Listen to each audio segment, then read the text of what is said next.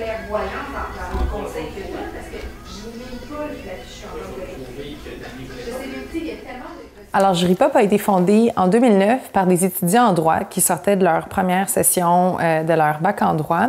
Puis ils ont appris que quelqu'un à l'époque qui travaillait au salaire minimum à temps plein n'était pas admissible au régime d'aide juridique gouvernementale. Ça les a vraiment choqués, puis ils se sont dit il faut qu'on aide les personnes vraiment qui sont à la sortie du seuil de pauvreté puis qui n'ont pas accès à un avocat payé par l'État. Alors, Juripop est né de cette prémisse-là, puis depuis ce temps-là, il y a certaines améliorations qui ont été apportées qui font que quelqu'un qui travaille au salaire minimum à temps plein en 2018 est admissible à l'aide juridique, mais il reste une grande partie de la population qui n'a toujours pas accès à ce système-là. Donc, Juripop, sous notre volet service juridique, on vise à aider les personnes qui ne sont pas admissibles à l'aide juridique, mais qui n'ont pas les moyens de payer pour la défense de leurs droits. Ça, c'est notre premier volet d'activité. Avec le temps, c'est greffé un deuxième volet d'activité qui sont nos projets d'information puis d'éducation juridique. Alors, il existe plusieurs cliniques juridiques. Il y a des cliniques juridiques dans les facultés de droit, il y a des cliniques juridiques de quartier, il y a l'aide juridique, évidemment. Il y a aussi d'autres organismes communautaires, comme le Mouvement Action Chômage, qui ont un petit service d'avocat. Alors, ça existe dans d'autres organismes communautaires, mais Juripop, on est une drôle de bébite en ce qu'on fait de la représentation, c'est-à-dire qu'on va devant les tribunaux avec les gens. Puis, de manière générale, les avocats dans des cliniques juridiques fournissent de l'information juridique, qui rencontrent les gens, mais soit ils font pas de suivi ou sinon ils vont pas à la cour avec eux, alors que nous, on prend vraiment fait et cause. Puis, c'est une partie super importante de nos services, là. Moi, je suis avocate. J'ai commencé ma carrière en pratique privée. Je faisais du litige civil commercial. J'allais en cours pour représenter les intérêts des entreprises. Puis c'était une pratique qui était super stimulante, évidemment bien payée, mais moi, ce qui m'avait motivée à aller en droit, c'est vraiment le besoin de contribuer à la société. Puis je pense que pratiquer le droit, être avocat, c'est un privilège. Puis que ça vient avec des responsabilités. Alors, moi, j'ai décidé de réorienter ma carrière pour rendre honneur à ces motivations-là. Puis des organismes comme Juripop, il n'y en a pas deux au Québec, là. Des organismes qui pratiquent le droit avec autant de courage, puis de créativité, puis avec aussi peu de moyens. C'est sûr que ça me cause de l'insomnie, mais en même temps, c'est une source de motivation, puis de sentiment de bien-être, puis de devoir public qui est très... qui me rend heureuse. Ouais. Bien, moi, c'est sûr que j'avais une vision un peu, différente, dans le sens où, en ayant été en pratique privée, moi, c'est sûr que je le voyais concrètement, les problèmes d'accessibilité à la justice, là, parce que les gens venaient me voir, puis, bien évidemment, il fallait qu'ils payent, mais moi, je représentais pas des grands cabinets, là, des grandes entreprises, là. Je représentais des monsieur et madame tout le monde, là, qui avaient besoin d'aide, et que j'étais obligée de leur demander de payer mes honoraires. Puis, tu sais, c'était quand même quelque chose qui était difficile, parce que tu vois que la personne n'a pas nécessairement beaucoup de sous, là. Donc, c'est vraiment ma vision était par rapport à ça, là, je dirais, là. Je voyais qu'il y avait... J'étais capable concrètement de réaliser le problème, qu'il y a vraiment un problème d'accessibilité à la justice. Je voyais aussi ce que Juripop faisait, mais c'était surtout le lien entre les deux, dans le fond, là. Oui.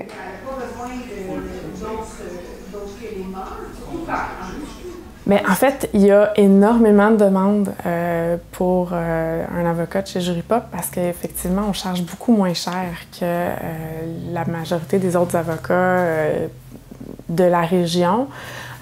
Évidemment, il y a d'autres avocats qui chargent moins cher aussi, sauf que on a plus d'avocats dans le même bureau qui offront un taux horaire intéressant. Donc, oui, il y a beaucoup de demandes. Il y a vraiment un besoin, finalement, de gens qui n'ont pas les moyens de se payer un avocat au prix régulier. Nous, on essaie d'aider le plus de monde possible, tout simplement.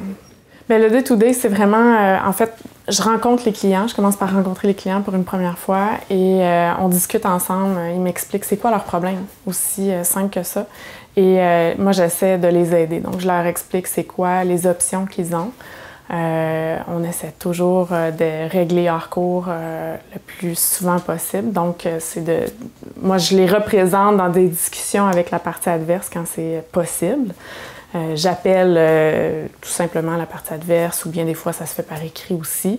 On essaie de faire le plus possible sans aller devant les tribunaux. Et puis, si c'est pas possible, bien là, je m'adresse aux tribunaux pour faire trancher la question. Ça, c'est l'aspect vraiment droit civil particulier. Il y a des gens aussi qui ont besoin d'aide tout simplement pour de l'accompagnement aux petites créances, parce que les avocats n'ont pas le droit de faire des représentations aux petites créances. Donc, les gens viennent me voir et ils me demandent de les aider pour remplir les formulaires ou bien pour savoir c'est quoi leurs droits. Donc, il y a ça aussi, cette partie-là dans mon quotidien qui est de faire de la recherche puis de déterminer exactement quels sont les droits, évaluer finalement qu'est-ce qui s'applique dans leur cas précisément. Donc, c'est ça. Pour les petites créances, je peux les aider à remplir des formulaires. Je peux leur expliquer aussi beaucoup comment ça va fonctionner devant le juge. Qu'est-ce qu'ils vont avoir à faire, qu'est-ce qu'ils vont avoir à démontrer comme document, à apporter comme document, quelles preuves ils vont avoir à faire. Donc ça, je les accompagne dans cette partie-là. Et un autre aspect du travail que je fais aussi, c'est de représenter les OBNL. Donc, il y a des OBNL, des gens qui travaillent dans des OBNL qui viennent me voir et qui ont des questions vraiment de toutes sortes, juridiques évidemment. Là. Et moi, je les aide, que ce soit pour l'administration de l'OBNL, pour la rédaction de contrats. Des fois, ils veulent signer un bail, par exemple, et puis ils ont des questions par rapport à ce contrat-là. Et moi, je les aide, j'essaie de leur répondre à leurs questions, puis de les accompagner là-dedans. Donc, ça ressemble à ça, mon quotidien. On a énormément de dossiers en matière familiale, puis ça paraît que c'est une réalité qui touche beaucoup les gens, qui est très sentimentale, puis que les gens ont plus tendance à aller chercher un avocat. C'est quelque chose qui est très judiciarisé quand même, le droit familial. C'est pour ça qu'il y a beaucoup de modes de règlement des différends qui sont beaucoup plus pacifiques sans recourir au système judiciaire, par exemple. Donc, la médiation, pour ne nommer que celui-là. Nous, on arrive souvent après, où est-ce que les gens sont plus capables de s'entendre, puis la machine à part, puis on essaye aussi. Je pense que notre travail en tant qu'avocat en matière familiale, c'est autant de défendre les intérêts de notre client que de les ramener sur terre, en fait. De faire baisser l'émotivité, d'agir un peu comme une personne qui va agir à titre d'intermédiaire, donc qui va rendre moins émotif le débat, puis ouvrir une perspective différente pour les gens, qui va les aider à, finalement, régler leurs problèmes vu que l'émotivité a baissé. La matière familiale comme telle, c'est quelque chose qui est en cela très humain. Donc, c'est ça qui m'a amené à vouloir faire du droit familial aussi. Puis, je viens d'un background aussi où est-ce que, comme beaucoup de gens de ma génération, mes parents sont séparés, famille reconstituée, on entend parler de pension, on a 13-14 ans, on ne sait pas trop où est-ce qu'on se retrouve là-dedans. Donc, avec l'âge, j'ai vécu avec cette réalité-là. Puis, en même temps, je me dis que si je peux éviter à des jeunes de 13-14 ans d'être mêlés à un conflit parental qui n'a pas d'allure, bien, je fais mon travail. Bien, je pense que peu importe où est-ce qu'on va se retrouver, l'émotivité va être la même. Les gens vont être en conflit, les gens vont être dévorés de l'intérieur par cette situation-là. Des clients qui en dorment plus parce qu'ils se séparent, il y en a partout. Je pense que chez Juripop, on répond quand même à un besoin particulier avec une clientèle qui n'a pas beaucoup de moyens et qui se sent un peu dépourvue.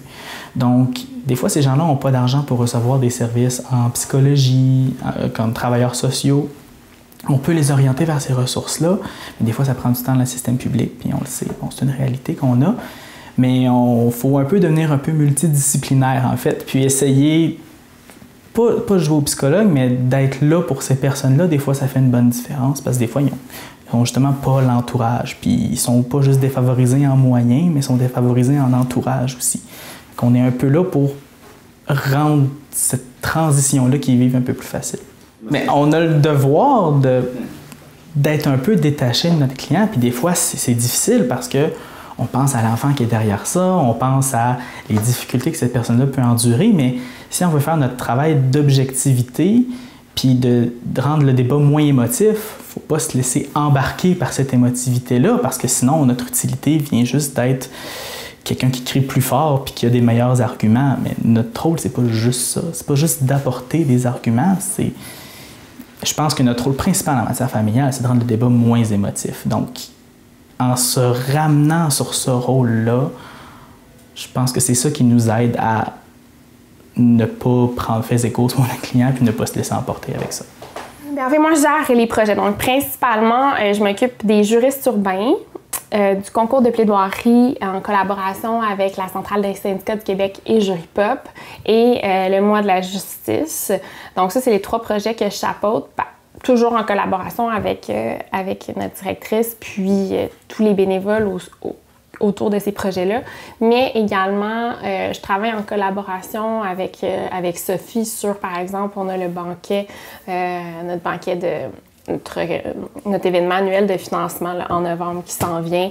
Puis, on va travailler ensemble sur des demandes de subventions ou des appels de projets, par exemple. Donc, dans une journée, je peux participer à des cliniques juridiques en matière de violence sexuelle, par exemple. Puis l'après-midi, je fais des appels pour des soumissions pour une salle, pour un événement. Donc, c'est vraiment... c'est les deux pôles, encore une fois, mais ceux qui me connaissent savent que c'est vraiment une journée de travail parfaite pour moi. Donc, ça, c'est ce que je fais dans ma journée. Les 3 projets que je chapeaute, c'est tous des projets qui visent à promouvoir l'accessibilité à la justice et ou la justice, là, comme les juristes urbains pendant l'été. Donc, c'est une initiative estivale. On se déplace dans les espaces vers les espaces publics de la Ville de Montréal. Puis, on a une tente, on a des t-shirts écrits juristes urbains dessus, puis on reçoit les questions des gens de toute matière juridique confondue, puis on leur offre de l'information juridique personnalisée. Donc, c'est pas de la consultation, c'est pas un avis juridique, mais donc on essaie de transformer l'information juridique statique là, que les gens vont trouver sur Internet ou ailleurs dans des pamphlets. Puis on tente de voir comment nous, on peut les orienter face à l'information qu'ils nous donnent. C'est des petites rencontres d'une 15-20 de minutes à chaque fois. Puis ça nous a permis de rencontrer 140 citoyens cette année. Ça a une espèce de valeur légale. Bien, l'accès à la justice, c'est pas juste l'accès à un avocat, c'est aussi l'accès à de l'information de nature juridique. C'est comprendre nos droits, comprendre nos obligations, mais c'est aussi comprendre le système de justice. Puis, une chose qu'on constate, c'est que les gens, une fois qu'ils ont un problème de nature juridique, des fois, sont pas outillés pour comprendre qu'il y a un volet juridique à leur problème, ils ne sont pas outillés pour savoir quoi faire avec ce problème juridique-là. L'an dernier, j'étais dans le métro de Montréal, je donnais des consultations juridiques gratuites, puis j'ai été consultée par un réfugié du Kenya. Ça faisait 3 mois qu'il était au Québec, puis il me parle d'un problème avec son propriétaire. Puis je l'ai invité à aller voir la Régie du logement, puis le monsieur en question ne connaissait même pas l'existence de la Régie du logement. Alors on voit qu'il y a énormément de travail à faire pour informer les citoyens de leurs droits, des organismes administratifs et communautaires qui existent pour les aider à naviguer le système de justice. Puis nous, ça fait partie de notre mission. C'est pour ça qu'on va dans les parcs de Montréal l'été, qu'on fait le tour du Québec pour rencontrer les personnes âgées. Il faut qu'on redonne confiance dans le système de justice, qu'on redonne confiance dans l'administration de la justice. Puis chacun de nos projets a ça comme mission. Les avocats, je pense qu'on leur donne un rôle puis un statut qui est très élevé dans la société, tout en se disant en même temps qu'on entend beaucoup, c'est des menteurs et des voleurs. T'sais. La grand-mère à quelqu'un que je connais m'a déjà dit ça. Là. Ah, t'es un voleur puis un menteur. Mais le fait d'être avocat, on a beaucoup de... On rentre dans une case. Puis on rentre dans un endroit particulier en étant avocat qui nous donne un rôle dans la société à jouer, qui est de défendre d'autres personnes, puis leurs intérêts, puis d'être la voix pour des personnes pour qui c'est moins facile. Je pense que c'est une image qui peut-être s'est perdue au fil du temps, où est-ce que l'avocat, on le voit beaucoup dans un environnement luxueux. Mais en regardant les statistiques au niveau de l'emploi des avocats au Québec, la moyenne salariale est pas très élevée. C'est beaucoup d'heures de travail pour finalement un taux de réussite qui... on met des heures dans notre dossier, ça ne veut pas dire qu'on va gagner. L'expectative de temps égale résultat n'est pas nécessairement là. T'sais, des fois, il y a des dossiers qui sont bons, des fois, il y a des dossiers qui sont moins bons. Des fois, on essaie de défendre comme on peut, puis ça ne fonctionne pas. Je pense que c'est un métier qui est un petit peu ingrat en soi, dans le sens où peu importe ce que tu vas faire, des fois, il y a des circonstances qui ne jouent pas en ta faveur. Le métier d'avocat est perçu un peu comme manipuler ou jouer avec la vérité, mais on ne joue pas avec la vérité, en fait. Notre rôle, c'est de présenter la version d'une personne. Puis on fait confiance au système judiciaire pour dire l'autre personne va présenter sa version. Puis on est juste là. Nous, on dessine sur un tableau, en fait. puis l'autre personne, elle va dessiner sur son tableau aussi. Puis en même temps, après ça, c'est un peu quel est le plus beau dessin, mais c'est au niveau de la crédibilité, il y a plein de choses qui sont appréciées dans le système judiciaire qui demandent une finesse, puis une souplesse, puis une attention aux détails où notre rôle vient faire une différence. Puis je pense que c'est important pour le public de savoir ça, que les avocats peuvent vraiment faire une différence dans un dossier. Pas parce qu'ils sont meilleurs ou plus intelligents que la personne, parce que c'est le dossier de la personne qui est devant nous. C'est à elle, c'est son dossier. On ne peut pas faire la job à sa place. Mais on peut l'organiser, l'amener, la mobiliser, puis la placer, lui donner ses meilleures chances de succès, en fait. Je pense que c'est ça notre rôle, vraiment. Donner les meilleures chances de succès à une personne, puis lui faire développer, en fait, son potentiel juridique, si je puis dire. Au Québec, on n'a pas nécessairement, c'est plus des tu penses, je sais pas, là, mais je peux pas parler pour toi, mais c'est plus des émissions comme Suits, là, How to Get Away with Murder, puis tout ça, là, on a l'impression que c'est aux États-Unis. Au Québec, il n'y a pas eu beaucoup de séries de genre-là. Là. Il y a Rupture en ce moment, puis il y a eu à l'époque là, Toute la vérité. Au niveau de ce qu'on voit, là, les humains, donc les histoires, ça, c'est notre quotidien, généralement, notamment l'endroit familial. Mais non, effectivement, on n'est pas... tous les avocats aujourd'hui vont s'être changés avant de venir te parler parce qu'on travaille en jeans, puis on essaye d'être proche des gens, puis de les aider sans que ça coûte nécessairement 200 $ de l'heure les aider. C'est sûr que les avocats, ça a un coût quand même, comme n'importe qui, n'importe quoi. Là, on travaille. Je me permets de le dire parce qu'il n'y a pas si longtemps, j'étais dans mon bureau puis je travaillais pour les clients. Là. Souvent, les clients ne réalisent pas nécessairement tout le travail qui est fait sans qu'ils s'en rendent compte. Mais c'est un peu ça notre rôle aussi, de faire le pont entre leurs droits, la loi, ce qui est moins accessible pour n'importe qui, puis parfois même qui l'est pas pour nous, parce je veux dire, le droit, c'est un tout, hein? On n'est pas spécialiste dans chacune de ces sphères. Puis leur problématique, et nous, on est le pont entre ça. Puis si on peut... c'est pas de se mettre au plancher des vaches, mais c'est juste si on peut normaliser un petit peu cette situation-là, puis sans se positionner ni au-dessus ni en dessous, avoir un rapport plus égalitaire entre nos clients, la loi, la justice, puis leur histoire, leur fait vécu. Je pense qu'on gagne des points là, à ce niveau-là. Puis nous, on fait beaucoup de droits sociaux. 50% des dossiers qui sont faits ici, c'est des dossiers de droit de la famille. Là. Donc, il faut savoir se mettre au niveau du client. Je pense que c'est très personnel à moi, cette façon de penser-là, là, mais généralement, ça réussit beaucoup mieux. On a vu ça avec les courageux. Tu sais, même des fois, moi, dans une clinique juridique et sociale, à un moment donné, c'est pas un exemple, mais il y avait un monsieur qui s'était fait. Chez Juripop, on fournit des services juridiques à coût modique. Pour les particuliers, c'est 55-65 $ de l'heure. Ça représente à peu près la moitié du coût réel de fournir ces services-là. Alors, on a un manque à gagner assez important, à peu près 150 000 $ à chaque année qu'on va chercher en organisant des campagnes de sociofinancement, des soirées bénéfices. On a également la chance de compter sur des partenaires importants qui, eux, vont financer non pas la prestation de service, mais nos projets d'information ou d'éducation juridique qui sont offerts de manière complètement gratuite à la population. Alors, on bénéficie du soutien de la Chambre des notaires, du Barreau du Québec, différents programmes gouvernementaux. La FEC, qui collige les associations étudiantes, est un partenaire de longue date de Juripop. Alors, mon budget, moi, c'est vraiment une série de lignes là, de petites entrées qui va de 1000 à 20 000 $. Puis c'est comme ça, c'est vraiment avec des sous qu'on fait des dollars puis qu'on arrive à boucler l'année là, d'année en année. C'est vraiment difficile, la philanthropie. Moi, en tant que directrice générale, c'est une grosse partie de mon travail. Puis, j'ai la chance de compter sur des super collègues qui m'aident là-dedans aussi. Mais c'est sûr que c'est difficile, ça demande énormément de temps. Puis, en matière de justice, c'est pas évident de lever des fonds parce que même si la majorité des Québécois vont faire face à un problème de nature juridique dans leur vie, très peu sont ceux qui côtoient le système juridique.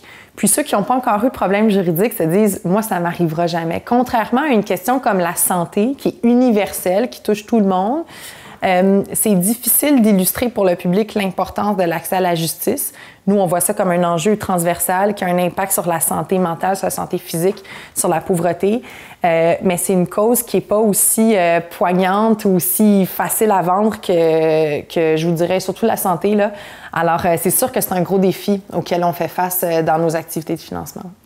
Comment moi je me sens chez Juripop, c'est que je sens que je fais quand même une différence. Je sens que j'offre mes services à des gens sans nécessairement avoir le stress d'être un avocat en pratique privée qui cherche à aider, mais d'être rémunéré parce qu'on a une structure qui nous permet, en tant qu'avocat salarié par exemple, de ne pas trop compter nos heures, puis de vraiment mettre ce qu'il faut dans un dossier, peu importe la tarification.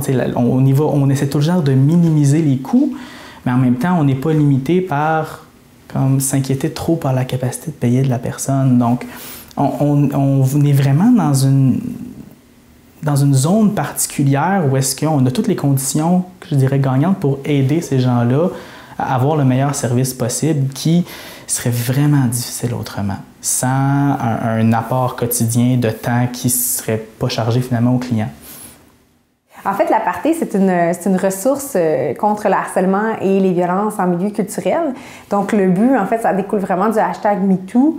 Il y a eu un consortium là, d'associations et de regroupements qui se sont regroupés pour trouver, en fait, des solutions, soit des solutions juridiques, mais aussi concrètes pour contrer les problèmes d'harcèlement dans le milieu culturel.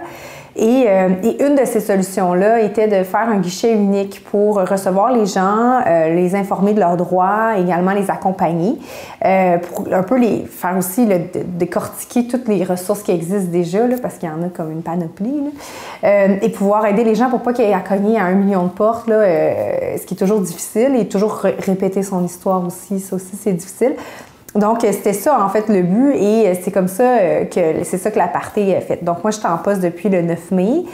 Au début, quand j'ai commencé, il n'y avait rien, pas de ligne téléphonique, pas de site Internet, fallait tout faire, là, dans le fond.